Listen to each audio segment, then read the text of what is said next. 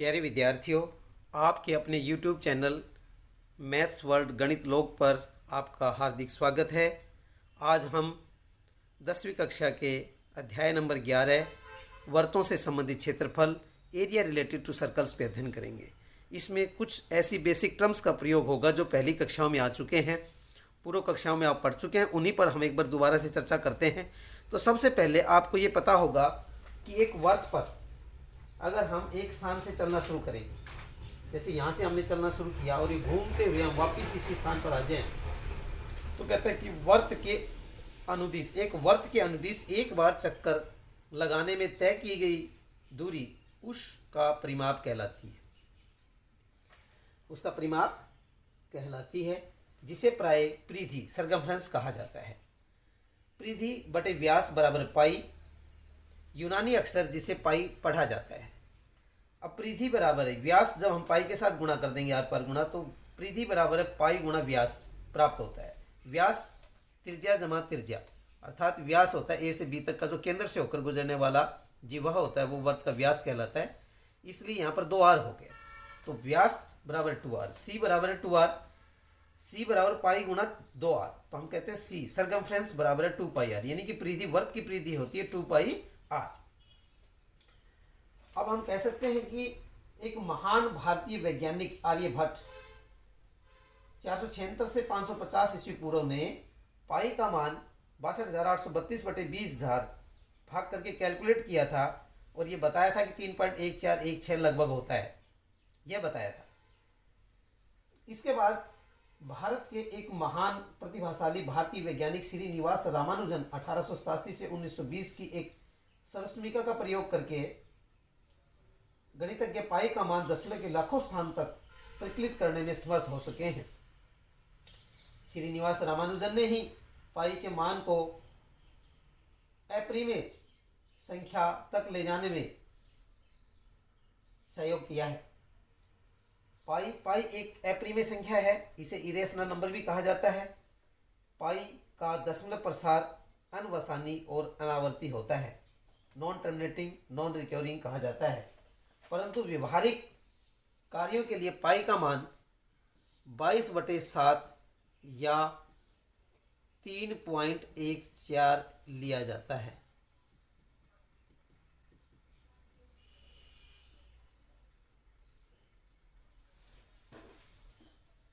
अब इसी क्रम में देखते हैं त्रिज्याखंड।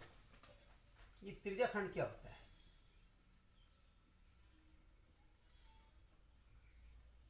त्रिज्याखंड 11वें चैप्टर में बहुत ज़्यादा बार इसका प्रयोग होगा, हर सवाल में, लगभग सभी सवालों में। एक वर्तीय क्षेत्र का वह भाग जो 2 त्रिज्याओं और संगत चाप से घिरा हो उसे वर्त का त्रिज्याखंड कहते हैं। अब ये कैसे होता है देखिए, ये एक वर्त हो गया और अब हम कह दें कि ये इसका केंद्र है O, ये इसकी त्रिज्या है OA और इसकी दूसरी त्रिज्या को हमने मान लिया OB। तो इस त्रिज्याखंड द्वारा 2 त्रिज्याओं द्वारा जो ये हिस्सा जो मैंने शेडेड पार्ट किया है, ये जो घिरा हुआ हिस्सा है, ये इसका त्रिज्याखंड कहलाता है, जिसे हम कहते हैं एक वर्तीय क्षेत्र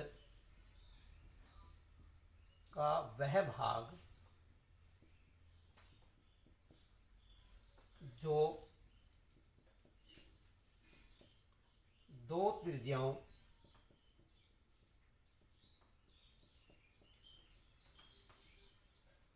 और संगत चाप से घिरा होता है, घिरा हो, उसे वर्त का त्रिज्याखंड कहते हैं। अब हमारे पास ये जो त्रिज्याखंड दिखाई दे रहा है, कोण AOB, ये जो कोण यहाँ पर दिखाई दे रहा है, कोण AOB, ये कहता है लघु त्रिज्याखंड का कोण।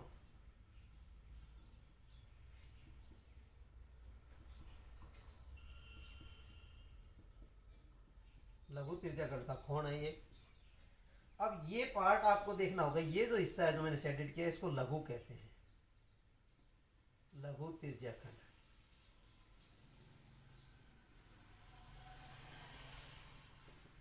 लघु त्रिज्याखंड है ये। और ये ऊपर का हिस्सा है जो बच गया इसको कहते हैं दीर्घ त्रिज्याखंड। यहाँ एक नाम P दे दें, यहाँ O है ये हमारे पास, और यहाँ पर हम कोई नाम Q दे देते हैं। अब हम कहते हैं कि भाग OAPB वर्त का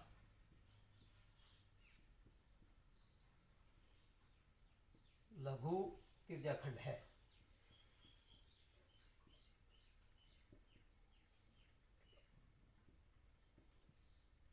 लघु त्रिज्याखंड को इंग्लिश में कहते हैं माइनर सेक्टर। और भाग OAQB ये जो हमारे पास अनशेडेड हिस्सा है, जिसके ऊपर जो व्हाइट हिस्सा है, ये वर्त का दीर्घ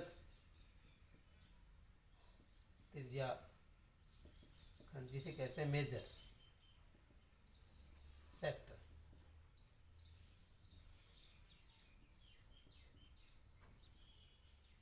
दीर्घ त्रिज्याखंड का कोण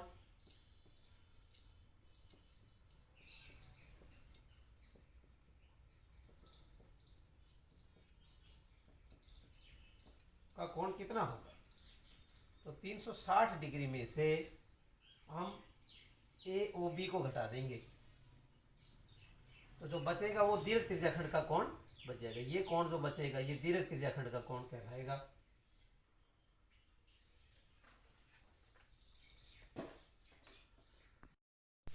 इसी क्रम में वर्तखंड,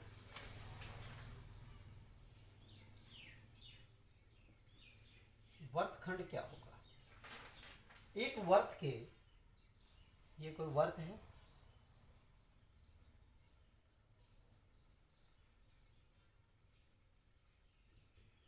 और किसी जीवा द्वारा, ये भी जीवा द्वारा वर्त को दो खंडों में बांट दिया गया। एक ये हो गया नीचे का हिस्सा जिसके कहते हैं लघु, लघु वर्तखंड, और ऊपर का हिस्सा हमारे पास आ गया दीर्घ वर्तखंड। यहाँ पर वर्त का केंद्र है और यहाँ पर हमने एक पॉइंट P ले लिया और इसकी चाप पर एक दूसरा पॉइंट Q ले लिया। वर्तखंड क्या होता है, वर्ती क्षेत्र का वह भाग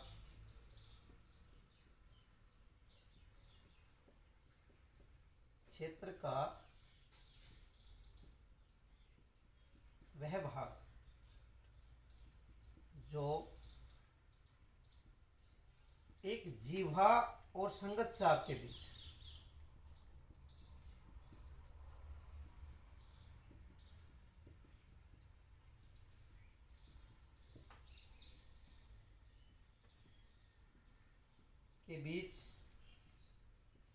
में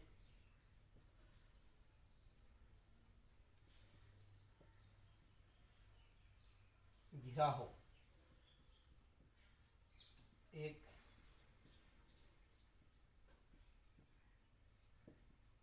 वर्तखंड कहलाता है। अब हम कहते हैं कि जीवा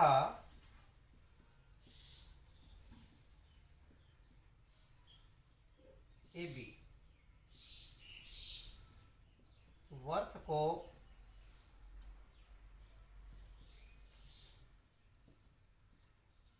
दो खंडों में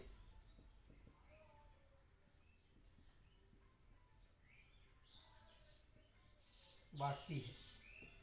इज दैट APB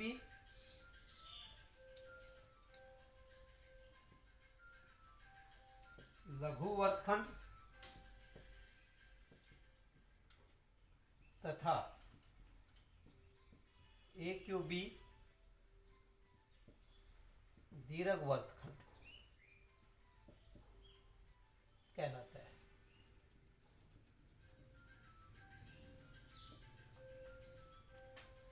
जिसको हम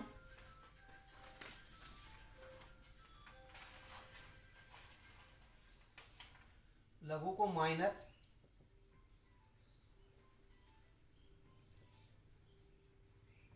सेगमेंट और दीर्घ को मेजर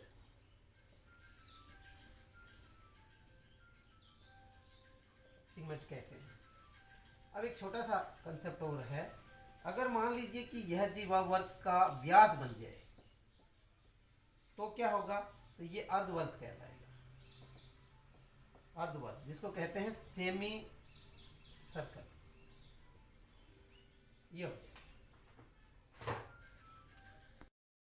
वृत्तों से संबंधित क्षेत्रफल ज्ञात करने के लिए मुख्य रूप से इस अध्याय में हमारे को ये निम्नलिखित सूत्र याद करने होंगे।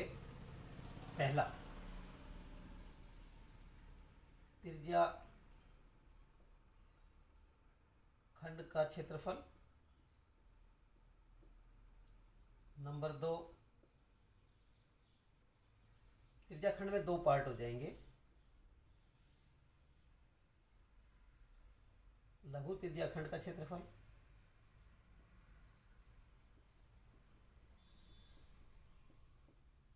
नंबर 2,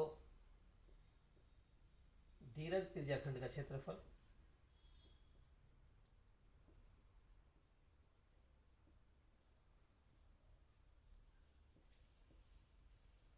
अब हमारे पास दूसरा जो होगा इसमें वर्तखंड का क्षेत्रफल।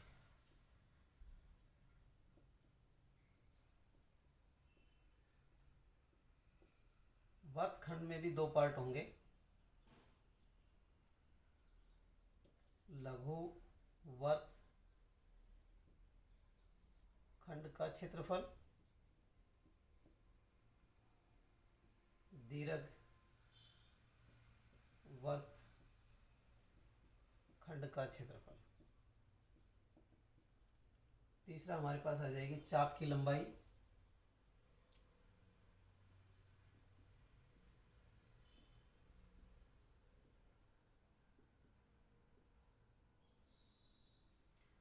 चौथा हमारे पास रहेगा त्रिभुज का क्षेत्रफल।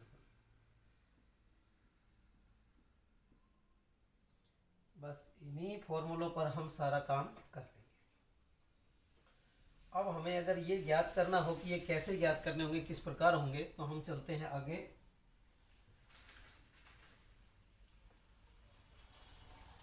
पहला हम देखते हैं कि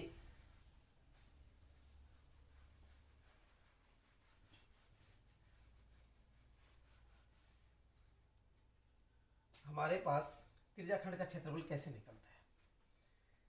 एक वर्त लें हम,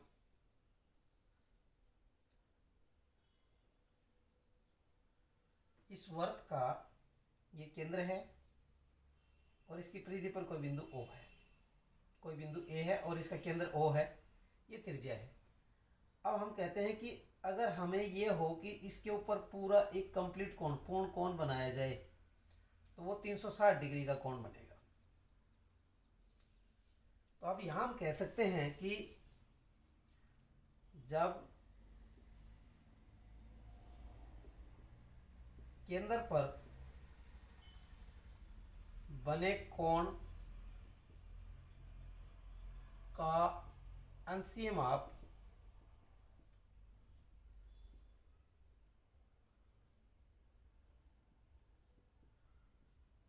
360 डिग्री है, तो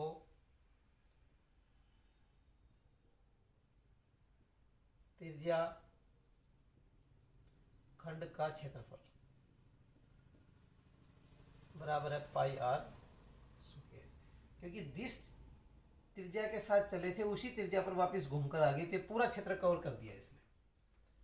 अब आप कहते हैं जब केंद्रीय कोण का अंशीय माप 1 डिग्री हो तो त्रिज्याखंड का क्षेत्रफल पाई आर स्क्वायर बटे 360। अब ये इस प्रकार हो गया कि अगर मान लीजिए हमारा वर्त ये है और यहाँ पर हम कह रहे हैं कि ये 1 डिग्री टर्न करता है 1 डिग्री, तो इसने जो ये क्षेत्र किया है कवर उसको हमने निकाला है। और तीसरा केस हम ले लें कि अगर मान लीजिए कि हमारे पास कोई भी कोण है वो थीटा है, ये कोण थीटा है, तो इस टाइम पे इस थीटा कोण के लिए कितना हमारे पास आएगा ये, तो ये पूरा जो है ये कवर करना हमने एरिया। तो यहाँ पर हम कहते हैं जब केंद्र पर बने कोण का अंशीय माप थीटा है, थीटा डिग्री हो, तो त्रिज्याखंड का क्षेत्रफल तो हो जाएगा थीटा बटे 360 गुणा पाई आर स्क्वायर। इस तरह अतः हम कह सकते हैं कि अतः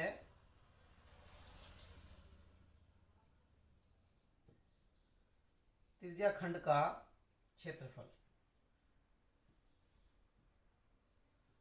थीटा बटे 360 गुणा पाई आर स्क्वायर, और इसको ऐसे भी लिख देते हैं पाई आर स्क्वायर थीटा बटे 360, ये भी हो सकता है।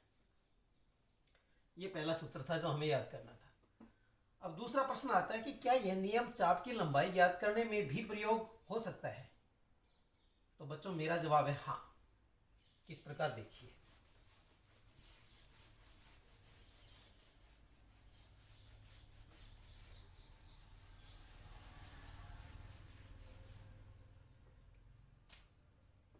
अगर हमारे पास एक वर्त है, हमने ये ज्ञात कर लिया, इसको हटा देते हैं। चाप की लंबाई,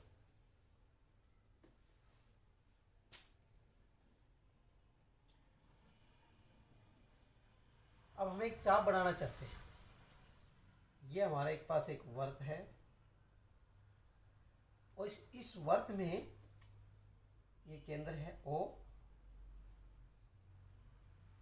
और हम मान लेते हैं कि ये कोण है इसमें थीटा, ये A है, ये B है और ये पॉइंट P है, और इधर कोई पॉइंट Q मान लेते हैं। तो चाप APB की लंबाई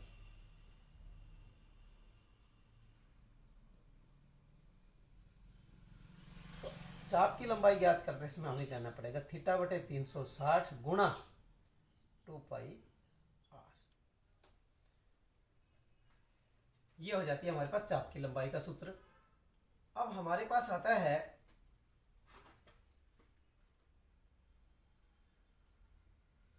कि अगर हमारे पास लघु वर्तखंड, अगर यही चित्र हम ऐसे बना लें, ये जीवा खींच दी हमने ए बी, तो इस जीवा ए बी द्वारा इस वर्त के दो हिस्से करती है। एक हिस्सा ये हो गया और दूसरा हिस्सा हमारा ऊपर की तरफ चला गया। दूसरा हिस्सा ये है, अलग से हिस्सा ये हो गया। इस पार्ट को हम एक हिस्सा मान लें, ये दो पार्ट हो गए। तो ये हमारे पास ये हिस्सा है लघु वर्तखंड, लघु वर्तखंड ये हिस्सा। और ये रेड वाला जो शेडेड हमने किया है ये है दीर्घ वर्तखंड। अब इनके फॉर्मूले निकालते हैं। लघु वर्तखंड, यहां हमने पी नाम दे दिया,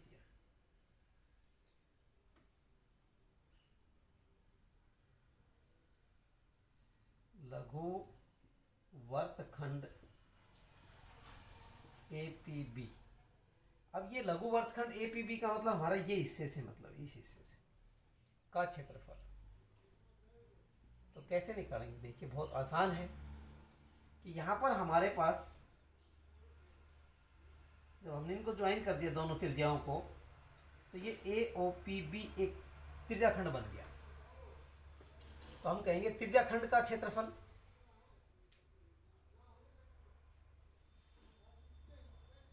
त्रिज्याखंड ओ ए पी बी का क्षेत्रफल घटा त्रिभुज ओ ए बी का क्षेत्रफल। अब हमारे पास त्रिज्याखंड का क्षेत्रफल क्या होता है, थीटा बटे 360 गुणा पाई आर स्क्वायर घटा त्रिभुज ओ ए बी का क्षेत्रफल। त्रिभुज के क्षेत्रफल हमने पिछली कक्षाओं में बहुत अच्छे से निकाले हैं और आसानी से निकल भी जाता है। अब इसी का दूसरा पार्ट है दीर्घ वर्त खंड का क्षेत्रफल। अब दीर्घ वर्त खंड, अगर ये कहें हम दीर्घ वर्त खंड कहाँ से कहाँ तक है, ये ज्ञात करना हो हमें कि दीर्घ वर्त खंड कहाँ से कहाँ तक है, तो हम कहेंगे कि दीर्घ वर्त खंड है, यहाँ पर एक पॉइंट ले लिया Q, तो हम दीर्घ वर्त खंड को दूसरी साइड से मापेंगे ओ ए क्यू बी का क्षेत्रफल। अब ये कितना होगा, अब हमारे पास वर्त के क्षेत्रफल में से, पूरे के क्षेत्रफल में से अगर ये लघु वर्तखंड का घटा दें तो केवल ऊपर का हिस्सा बच जाएगा, घटा लघु वर्त खंड का क्षेत्रफल, ये हो जाएगा। तो ये सूत्र लगेंगे हमारे पास, त्रिज्याखंड का क्षेत्रफल, लघु त्रिज्याखंड का क्षेत्रफल, दीर्घ त्रिज्याखंड का क्षेत्रफल, चाप की लंबाई, लघु वर्तखंड एपीबी का क्षेत्रफल, दीर्घ वर्तखंड का क्षेत्रफल, और पूरा चैप्टर इन्हीं फॉर्मूलों से कवर हो जाएगा।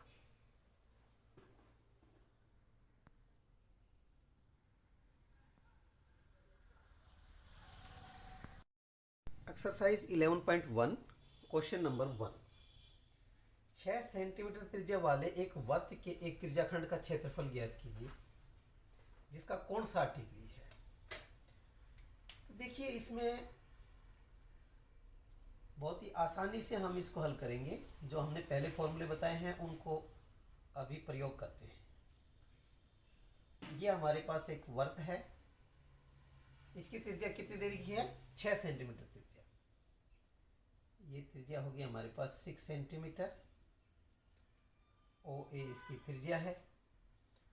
तो कहता है वाले एक वर्त के एक वर्त त्रिज्याखंड का क्षेत्रफल ज्ञात कीजिए जिसका कोण 60 डिग्री। यहाँ पर जो कोण बना है ये 60 डिग्री, 60 डिग्री का एंगल है। यहाँ पर दो चीज दी हुई है, पहली दी हुई है वर्त की त्रिज्या बराबर है 6 सेंटीमीटर, दूसरा हमें दिया गया है त्रिज्याखंड का कोण, त्रिज्याखंड का कोण,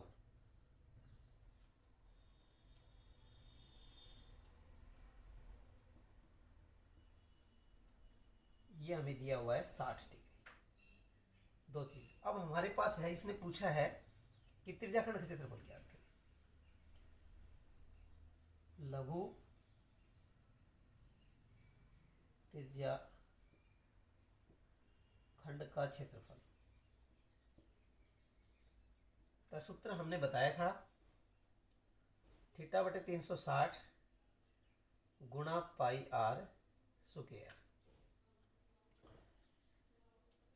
थीटा हमारे पास है 60 बटे 360 गुणा पाई का मान जब तक हमें ना बताया जाए 22/7 लेना है। त्रिज्या है हमारे पास 6 गुणा 6, कैंसिल कर देते हैं, 1 0 से 1 0 कैंसिल, 6 1 6 6 6 36, 6 से 6 कैंसिल। अब हम इनकी गुणा करते हैं, 22 की और 6 की गुणा कर लेंगे, 22 6 का 132 होते हैं, 6 दूनी 12 12 13, 132/7 सेंटीमीटर स्क्वायर। अतः त्रिज्याखंड का क्षेत्रफल हमारे पास ये आ गया। अब यहाँ पर एक त्रिज्याखंड पूछा था तो ये हमारे पास एक त्रिज्याखंड हो गया। अगर दोनों दीर्घ त्रिज्याखंड का भी पूछते तो हम पूरे वर्त में से लघु त्रिज्याखंड का घटा देते, लेकिन अब हमारे से पूछा गया है कि त्रिज्याखंड का क्षेत्रफल निकालो, तो निकाल दिया।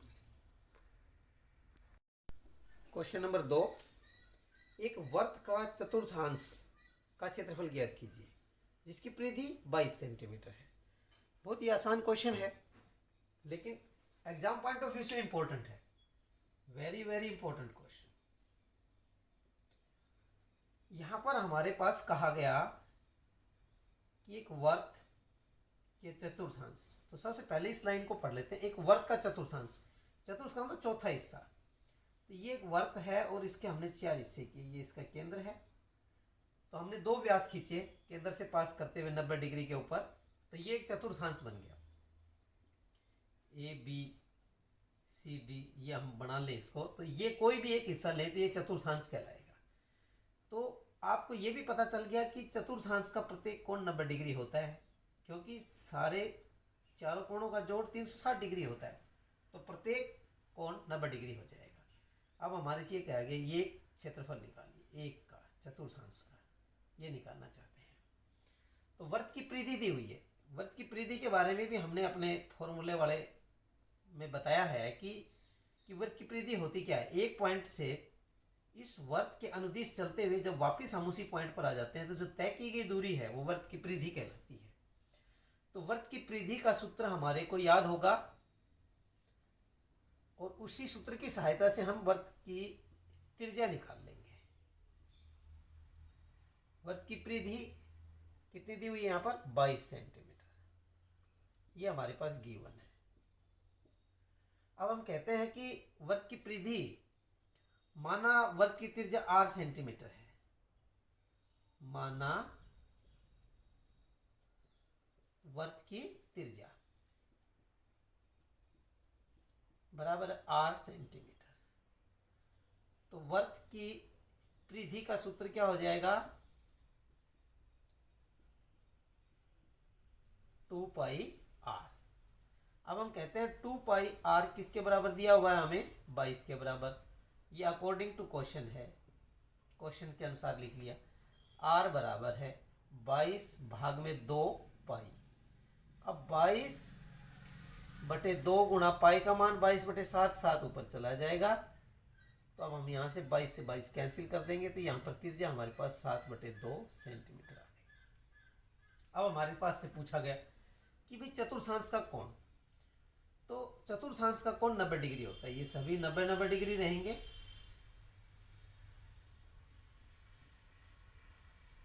तो यहां पर हमारे से पूछा गया वर्त के